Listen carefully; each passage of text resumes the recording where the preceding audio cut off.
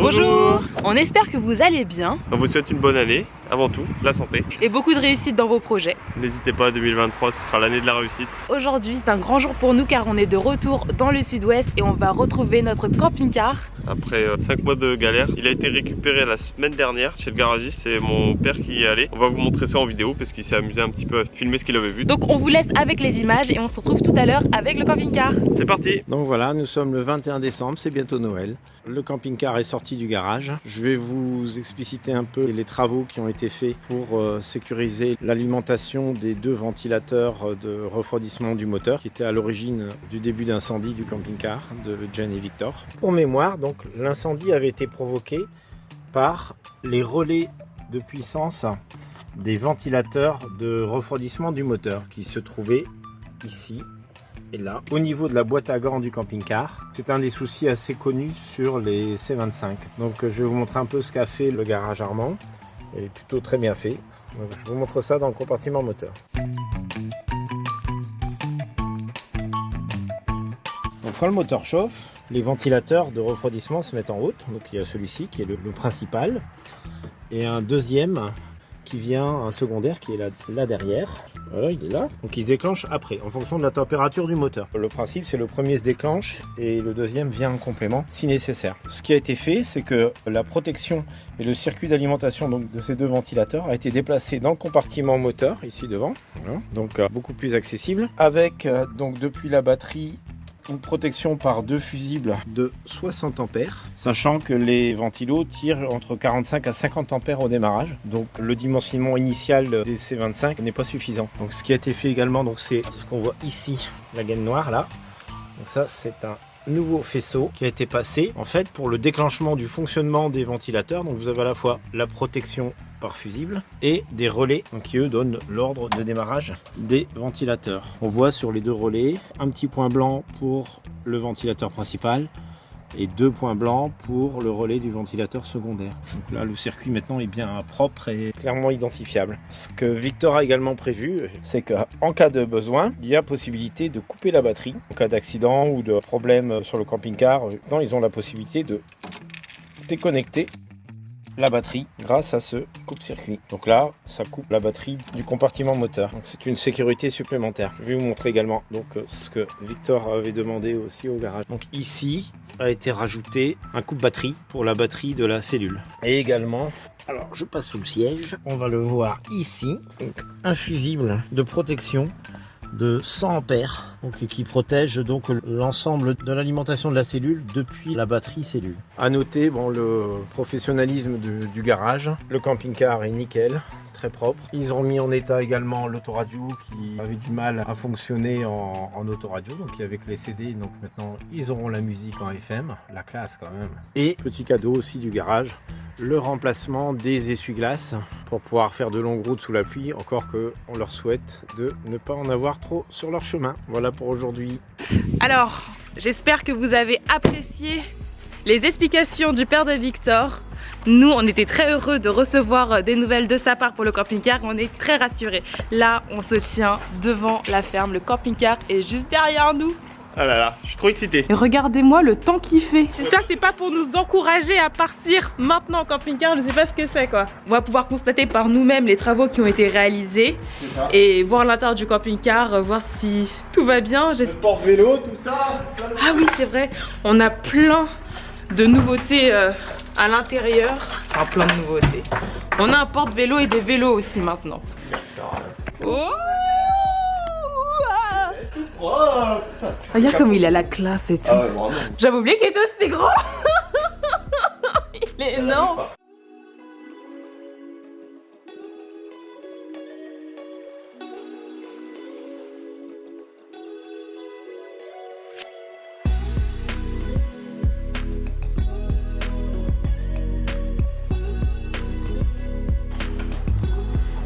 Allez, on va démarrer tout ça. Regarde, on peut se réinstaller dedans. Y'a pas eu de fuite? Les placards, le matelas il va bien? Il a pas moisi? Non, pas de moisi. La vaisselle. Oh, il y a plein de cintres. Pas l'air d'avoir pris l'eau, hein. Ça sent bon dans la salle de bain. Non, ça a l'air bien. On va le sortir.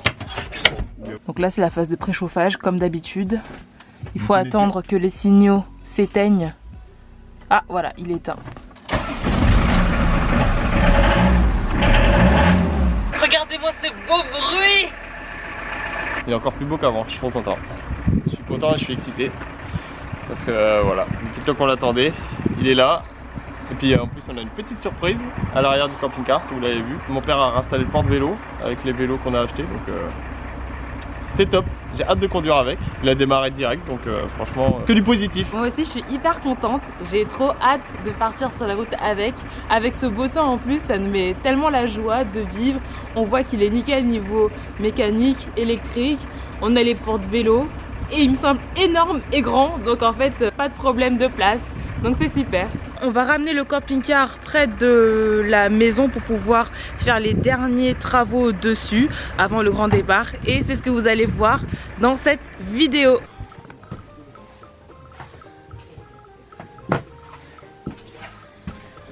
Alors j'inspecte un peu ce qu'on a laissé dans le camping-car. Hop. Les sacs poubelles avec lesquels on a dû partir à toute vitesse. Ils sont tous là. Il n'y a rien qui a coulé.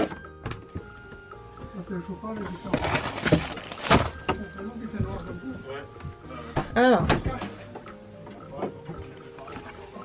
Là on en est à l'étape de vider ce qu'il y a dans les placards du camping-car pour repartir sur une base saine. Il y a vachement de choses qu'on avait oubliées finalement.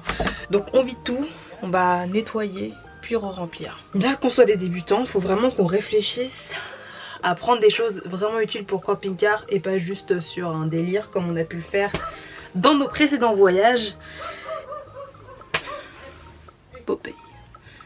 Là typiquement on a 2 barbecues, un électrique et un qui fonctionne au charbon. On va pas les prendre, ça prend beaucoup trop de place. Donc c'est la fin de cette première journée où on a enfin récupéré le camping-car et on a tout vidé. Et en fait on se rend compte qu'on avait déjà beaucoup de choses, dont pas mal qui servent à rien, on va pas se mentir.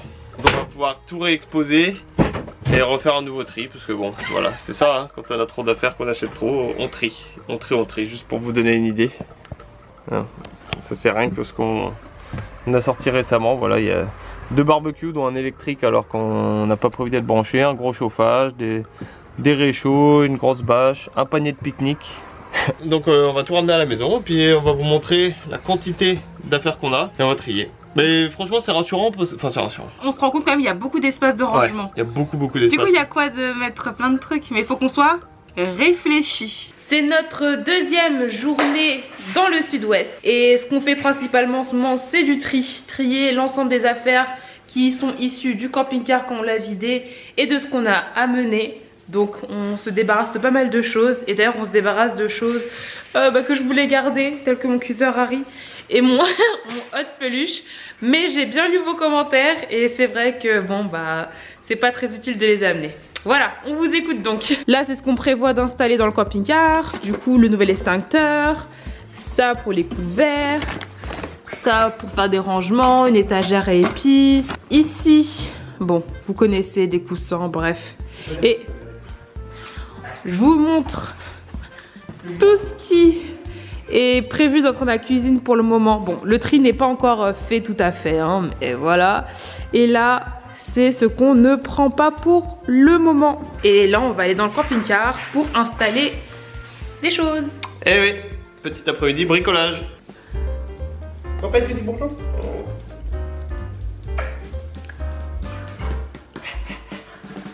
On a commencé à organiser pas mal de choses. Donc là par exemple, on est sur une caisse à outils. Ici, 2 caisses technologie. C'est ça la technologie. Victor, c'est bon à faire 3 dernières photos. Direction le camping-car pour installer des choses. Chaque trajet va être difficile. Ce que je vais essayer de faire, c'est d'installer ceci, qui est en fait un panneau de contrôle pour le panneau solaire, qui vient en complément de l'installation qu'on a déjà, qui est là, dans le placard. C'est un accessoire qui permet de contrôler l'état de la batterie, de contrôler la charge qui arrive dans la batterie en fait, et ce que la batterie renvoie en retour. L'autre morceau auquel ça doit être relié, il est là, faudra le mettre pas trop loin de là. Ah la punaise! Ah elle est dégueulasse. Il éclate pas. Regarde comme elle est coincée ici là. Elle est morte là? Je sais pas, touche.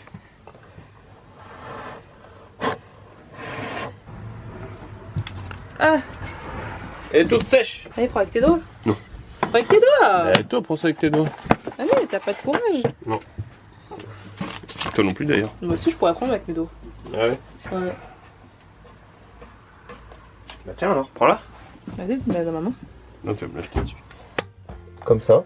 Ok. Et à le brancher derrière et c'est censé fonctionner. Allez. Tu crois? Bah ouais, j'y crois. Ah, ça s'affiche. Oh, et ben déjà ça s'allume. Ok, le problème c'est que c'est en anglais. Ah bah c'est bon, c'est nickel. Bon bah voilà, c'est installé derrière ce magnifique panneau. Je suis content, c'est propre. Ouais, c'est vrai que je sais pas trop à quoi ça correspond ce qui est affiché, mais on a tout le temps pour découvrir ça. Prochaine étape, installation de cette étagère à épices qui va venir ici. On a oublié de vous présenter ceci qui est notre nouveau système de contrôle du niveau d'eau de la cuve d'eau propre, parce qu'on avait eu beaucoup de soucis avec celui qui était là, qui affichait plus ou moins un peu n'importe quoi. Celui d'origine, donc on a décidé de l'abandonner et d'en acheter un nouveau que mon père a installé. Donc ça fonctionne, il y a 2 barres sur 4. Quand il y en a 4 c'est plein, et quand c'est sur le R c'est que c'est sur la réserve. Le niveau de cuve à eau, comment il est relié? Alors ça part de là au niveau de la cuisine. On va au niveau du placard, anciennement de la chaudière. Ce petit fil là descend, touc touc touc touc. Il passe par l'arrière et il ressort par là-bas pour atterrir au niveau de notre cuve d'eau propre qui se situe ici. Donc si je soulève, voici l'installation. Et pour la liaison à l'électricité aux 12 volts, eh bien, il y a ce boîtier qui est installé et ça remonte et ça remonte et ça va jusqu'où? Le branchement de l'ancienne lampe de la salle de bain. Avant, il y avait une lampe ici et du coup, ça a pris les fils qui venaient de là. C'était un peu ambitieux, 2 lampes pour une pièce d'1 mètre carré.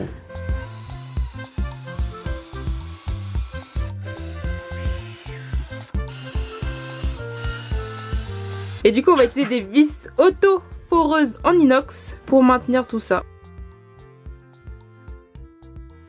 Magnifique. Il est possible que ce soit pas très droit, effectivement, mais comme l'ensemble des choses qui sont dans ce camping-car. C'est vrai, les murs sont pas droits donc. On peut pas avoir de vrai repère de droit.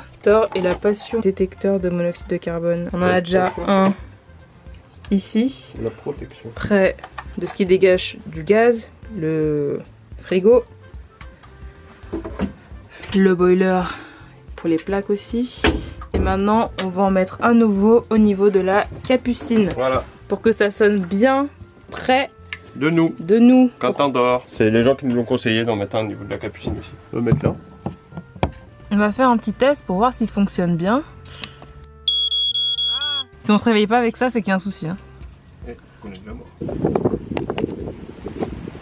C'est beau ça. Oh, la sauce. Waouh. Je t'abandonne. Donc on est allé faire des petits achats au magasin de bricolage parce que ça nous avait manqué. Ça faisait longtemps. On a acheté des rivets. C'est pour fixer ces petits crochets qu'on a achetés aussi. Ça va servir en fait à renforcer les attaches du porte-vélo. Je vais faire le travail qu'il y a à faire dessus, puis je vous montre le résultat final pour vous expliquer ce que j'ai fait. Alors nous voilà à l'arrière du camping-car. Donc déjà dans un premier temps j'ai rajouté ça. Ici c'est un morceau de chambre à air en fait, comme il y avait ici. Et ça permet que quand on déplie le camping-car, ça vienne bien se caler contre. Voilà, donc ça c'est un petit truc. Mais le gros du travail c'est surtout ça. On a mis des crochets dans la paroi du camping-car. Et on en a fixé aussi ici au porte-vélo grâce à des rivets. Et grâce à ce système en fait qu'on a pu serrer, ça évite que le porte-vélo bouge. Donc il bouge vraiment plus du tout, là je le secoue. Maintenant on a un porte-vélo bien fixé qui tient. Donc on est encore dans les travaux de préparation du camping-car avant le grand départ dans quelques jours. Je vais installer ce que beaucoup de personnes qui ont un camping-car doivent connaître, c'est un bloc-porte qui se met sur la porte d'entrée du camping-car. Celle-ci, le système il est assez simple, l'installation aussi. J'ai juste à faire des petits trous proprement et puis à visser et normalement on aura un bloc-porte fonctionnel, puisqu'on veut améliorer un petit peu la sécurité du camping-car, même si bon on n'est jamais à l'abri d'un malheureux incident, parce que bon si les gens veulent rentrer dans un camping-car ils arriveront forcément à rentrer hein. J'ai fait mes trous, mais par contre au niveau des vis je pense qu'ils ont été un petit peu juste tulle, parce que regardez quand je la mets, tada, elle ressort pas. Donc je suis allé en chercher des plus grandes que voici. Ça c'est la vis initiale et ça c'est celle que je pense mettre un petit peu plus grande, normalement ça devrait suffire. Voilà, j'ai mis le petit cache, donc on voit même pas les vis comme ça, c'est vraiment discret. Donc si je ferme, là. Et voilà, ma porte est bloquée. Aujourd'hui, le soleil est de retour, donc c'est le moment idéal pour faire le ménage. Donc on met ça sur les plastiques pour faire briller le plastique. Le beau plastique. Regarde la poignée, comment elle est belle. Moi je vais aspirer tout ça.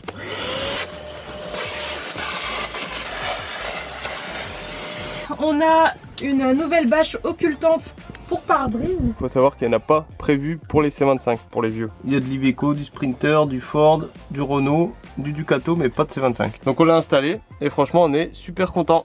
Regardez, ça c'est la vue de l'intérieur. Et là, c'est ce que ça donne de l'extérieur. Bon là, il faut encore que je le tende un peu ici, parce que ça me plaît pas trop. Mais sinon, franchement c'est top, regardez. C'est un rideau qui est à la fois occultant et iso-thermique, donc pour ceux que ça peut intéresser, on vous mettra le lien en barre d'information. Après c'est un petit peu cher au niveau du prix, je crois qu'on avait payé 80 € je crois. On espère que ça va quand même nous permettre de gagner quelques degrés cet hiver. On est très content d'avoir le nouveau protège pare-brise. Avant on avait un système qui était beaucoup moins pratique. Ça c'était pour le pare-brise et ça c'était pour les fenêtres. Et du coup, c'était avec un système de ventouse qu'on devait mettre ça sur le pare-brise. Parfois, les ventouses, elles se décollaient dans la nuit, on avait le soleil en plein visage. C'était pas l'idéal. Le sol du camping-car est enfin tout propre. Maintenant, on peut y entrer que en chaussettes. C'est un plaisir. Et au fond, là, vous voyez notre banquette arrière avec ses nouveaux coussins. C'est la grand-mère de Victor qui nous a fait les nouvelles housses. Malheureusement, il manque un peu de tissu et on n'a pas pu faire la dernière, mais c'est pas grave. C'est atypique, on adore. Pour voir la pression qu'il y a dedans, il faut juste que je le branche. Voilà, donc lui il est à 4,3. Donc vu que je veux qu'il soit à 4,5. Voilà. Il s'arrête automatiquement quand il a atteint l'objectif. C'est ça, le gonfler. Alors on s'est rendu compte qu'on n'avait pas de parure de lit en fait pour notre lit. Je sais pas où on les a mis. Donc bon c'est pas grave, Jen est partie en chercher. Pour ma part j'ai tout retesté, donc les circuits d'eau, le frigo au gaz ainsi que le chauffe-eau et les plaques de gaz et tout fonctionne. Donc comme ça c'était une petite vérification histoire de se mettre en confiance et puis se dire qu'on est vraiment prêt au niveau technique. Donc on termine de ranger les placards et d'ici quelques jours il va falloir de prendre la route. Voilà, on a remis nos vélos en place avec le porte-vélo qu'on a consolidé. Bon ça n'a pas l'air de trop bouger, j'ai quand même rajouté des tendeurs au cas où pour éviter qu'ils bougent, même s'ils ne devraient pas bouger. Parce qu'au final ils sont retenus que par ça, par le bras en plastique là et par les petites sangles en bas, donc ça m'inquiète un peu, donc j'ai préféré rajouter ça. J'ai hésité entre ça et une sangle, on verra que je mettrai une sangle plus tard. Maintenant ce qu'on va vous montrer, très important, qu'on a acheté tout à l'heure, c'est un système d'anti-voile en fait pour attacher les vélos et qu'on puisse pas nous les piquer. C'est un long câble renforcé du coup, incoupable en théorie, qui fait 4,50 m et avec deux boucles au bout pour pouvoir mettre un cadenas, donc on va vous montrer ce que ça donne une fois qu'on l'a mis en place. Donc voilà notre câble qui a l'air vraiment super solide. On va aussi installer cette bâche pour vélo. Le seul souci c'est qu'on n'a pas encore ça là, le petit truc obligatoire rouge et blanc. On va essayer de l'acheter prochainement. Ça va tellement finir en parachute sur l'autoroute ça. Qu'est-ce que t'en penses? Je suis sceptique. Tu trouves ça moche hein? Je trouve ça moche ouais. De 1. Et de 2, je sais pas, j'ai l'impression que ça va s'envoler quand on va rouler. On va tester. Sinon, on a acheté les parures de lit, donc en mode gris, comme tout ce qui est dans notre camping-car, tout est gris. Du coup, j'ai pris des parures de lit gris. Et avec cet ajout de parures de lit dans le camping-car, on a vraiment plus de place pour dans dormir, ouais, avec la couette et tout. À l'intérieur des soutes banquettes, on a beaucoup de place encore et c'est là qu'on va mettre notre batterie, nos panneaux solaires et le radiateur à bain d'huile qu'on a acheté. Voilà, on a encore énormément de place dans cette soute sous la dinette, mais bon, on va pas mettre des choses pour mettre des choses. En tout cas, le camping-car est bientôt prêt, il est bien rempli, les vélos sont installés, il ne reste plus que des vêtements à mettre dedans et on sera prêt pour le départ. D'ailleurs, on envisage de partir demain ou après-demain, selon qu'on soit vraiment prêt et que toutes les démarches administratives qu'on doit faire se finalisent. 2023 est à nous. Voilà, c'est la fin de cette vidéo où on a récupéré le camping-car et on a fait nos préparatifs. Mais c'est jamais les derniers préparatifs. Il y a encore des trucs à faire avant de partir. Ouais, il nous reste à le brancher pour que le frigo refroidisse, à faire le plein d'eau et après c'est tout. Hein. Ouais, et après on sera prêt pour partir. Ce sera le thème de la vidéo de la semaine prochaine. Bah c'est sûr même. Mais je pense que dans une semaine on n'est pas parti. Si, non, on T'as est peur parti. On est dans la capucine là, il faut savoir. Voilà, on essaie de se rassurer en se disant qu'elle est grande. Non mais ça va aller. Bon, en tout cas on espère que vous avez apprécié cette vidéo. N'hésitez pas à nous faire plein de retours, sachant que là tout est un peu plus en direct. On n'a plus d'avance sur les vidéos, donc tout ce que vous nous direz, on pourra le prendre en considération. Et vous l'aurez peut-être deviné, enfin beaucoup l'ont deviné en commentaire, qu'on partait en fait en Espagne. Donc l'objectif c'est de rejoindre l'Andalousie le plus vite possible. Donc on va traverser la frontière au niveau de Perpignan. Je pense qu'on va s'arrêter à Carcassonne quand même pour visiter vu que c'est joli. Et on va vous partager tout ça. Bah voilà, c'est la fin de cette vidéo. On espère qu'elle vous aura plu. N'hésitez pas à la liker, à vous abonner et à activer la cloche de notification pour être tenu informé à chaque fois qu'on sort une nouvelle vidéo. Et pour ceux qui l'ont pas encore fait, allez nous suivre sur Instagram parce que vraiment on publie beaucoup de stories maintenant qu'on a le temps. Oui. Maintenant qu'on a le temps et qu'on est vraiment parti pour le voyage, donc là comme vous pouvez vraiment nous suivre encore plus au jour le jour que sur YouTube. Voilà. Donc on se dit à la semaine prochaine pour une nouvelle vidéo. Salut.